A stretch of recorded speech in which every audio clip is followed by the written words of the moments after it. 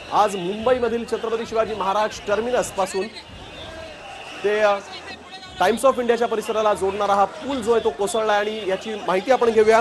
आमचे सहकारी गिरीश गायकवाड यावेळेस माझ्याबरोबर फोन लाईन वरून जोडले गेलेले आहेत। गिरीश, मुंबईकरांना कुणीही बाली नाही, रस्त्याने जाणारा मुंबईकर, पुलावरून जाणारा मुंबईकर अशाच पद्धतीने अपघातात आपला जीव गमावतोय। कसं चित्र तू आता या ठिकाणी पत्रकारांशी तू बातचीत केलेली आहेस, कशा पद्धतीचं चित्र आहे तिकडे? अत्यंत धक्कादायक असं हे दृश्य आहे आणि पोलीस आणि मुंबईकर या दोघांमध्ये कुठेतरी शाब्दिक बाचाबाची होताना, धक्काबुक्की होताना देखील इथे पाहायला मिळते।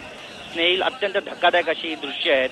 कसाब ज्या मार्गाने आला होता, बीएमसीच्या ज्या गल्लीमध्ये तो घुसला होता सीएसटीच्या समोर, तिथेच नेमका जो पादचारी पूल आहे तो कोसळलेला आहे आणि रस्त्यावरती जवळपास 20 ते 25 फुटाचा खड्डा झालेला आहे। हा खड्डा पाहता येतो, या खड्ड्यात कुणी पडू नये, आणखी कुणाला इजा पोहोचू नये यासाठी देखील आता पोलिसांनी इथून लोकांना 10 फूट लांब, 50 फूट लांब ढकलण्यास सुरुवात केलेली आहे। एनडीआरएफची टीम पोहोचलेली आहे, पोलिसांची टीम पोहोचलेली आहे, अनेक पत्रकार इथे जमलेले आहेत, पोलीस अधिकारी जमलेले आहेत, आयपीएस अधिकारी जमलेले आहेत, डॉक्टरांचा फौजफाटा पोहोचलेला आहे आणि अतिशय धक्कादायक अशी दृश्य माझ्या डोळ्याने मी इथे समोर पाहतोय। आणि सगळ्यात धक्कादायक म्हणजे 2 जणांचा या अपघातामध्ये मृत्यू झालाय। हे निष्पाप होते, यांचा कोणताच दोष नव्हता। अनेकदा रेल्वेला, प्रशासनाला सांगितलं होतं की या ब्रिजची देखरेख करण्यात यायला पाहिजे, मात्र तसं झालं नाही। डीआरएमने या संपूर्ण बाबीकडे दुर्लक्ष केलं आणि त्याचा फटका जो आहे तो कुठे ना कुठेतरी मुंबईकरांना बसलाय। लोअर परेलमध्ये देखील चेंगराचेंगरीमध्ये अशीच घटना घडली होती, पुन्हा देखील आता असाच प्रसंग घडलाय आणि अतिशय धक्कादायक ही गोष्ट आहे की वारंवार अशा घटना घडून देखील प्रशासनाला जाग येत नाही। कुंभकर्णाप्रमाणे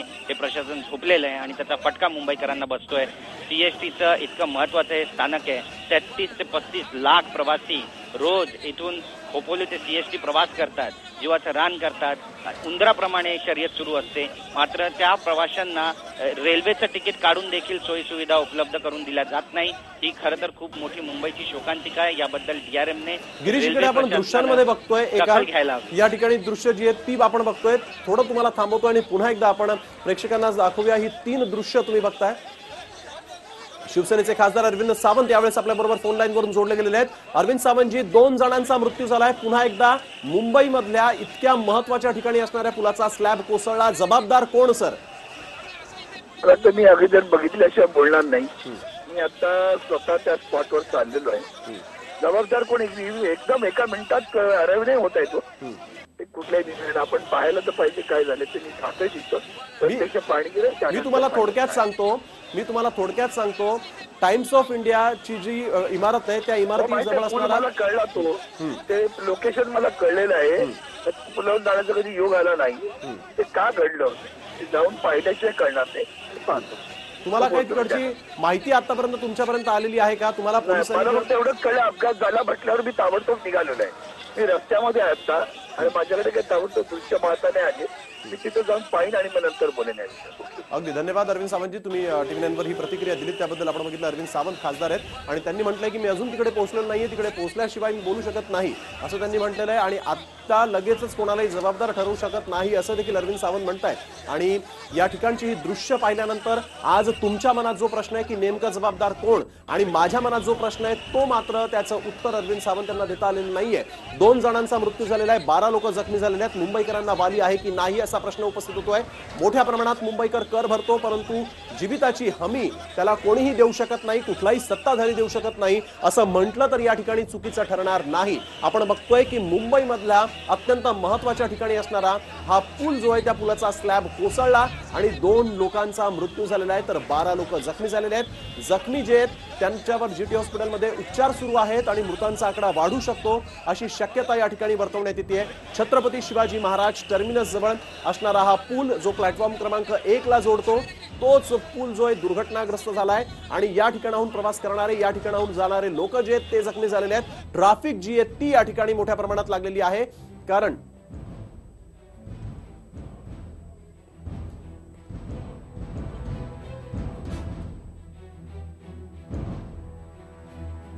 तर आपण बघतोय मृत्युमुखी पडलेले 2 लोक आणि मोठ्या प्रमाणात या ठिकाणी पळापळ झालेली आहे आणि या कोसळलेला पूल जो आहे तो बीएमसीचा आहे असं कळतंय, परंतु ही जबाबदारी जी आहे ती ढकलण्याचं काम सध्या सुरू आहे। लोक जे आहेत ते घाबरलेले आहेत, धास्तावलेले आहेत, परंतु या ठिकाणी जे लोक होते त्यांनी या जखमी लोकांना मध्यस्थी आमचे प्रतिनिधी संदेश शिर्के यावेळेस तिकडे पोहोचलेले आहेत. संदेश, काय तिकडचे ताजे अपडेट्स तुम्ही बघताय?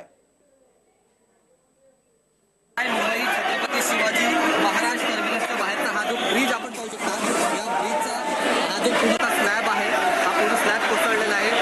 हे चित्र जे आहे हे आत्ताचं ताजं चित्र आहे. हे आहे मुंबई छत्रपती शिवाजी महाराज टर्मिनसच्या बाहेरचा हा जो पादचारी पूल आहे, या पुलाचा काही भाग जो आहे तो या ठिकाणी कोसळलेला आहे आणि यामध्ये आतापर्यंत जखमी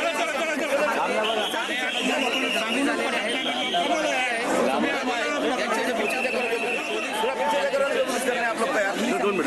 दल जे आहे ते देखील या ठिकाणी बचाव करायला सुरुवात केली. हा जो मलबा आहे या ठिकाणी जो सांगाडा पडलेला आहे, सिमेंटचे जे बुडर लागलेले आहेत, या ठिकाणी मातीचा जो माती जी आहे ती देखील काढण्यात येत आहे. एकंदरीत जे चित्र आहे ते आपण पाहू शकतो. या ठिकाणी 7 ते 8 जण जे आहे जखमी झालेले घडले.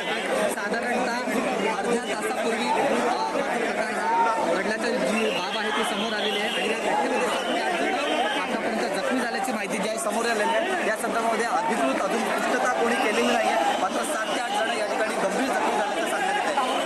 विक्रांतसह संदेश शिर्के, टीव्ही मराठी, मुंबई. हा व्हिडिओ तुम्हाला आवडला असेल तर असे आणखी व्हिडिओ पाहण्यासाठी TV9चं YouTube चॅनल सबस्क्राईब करा, बेल बटण दाबा. ताज्या घडामोडींसाठी लॉग ऑन करा tv9marathi.com.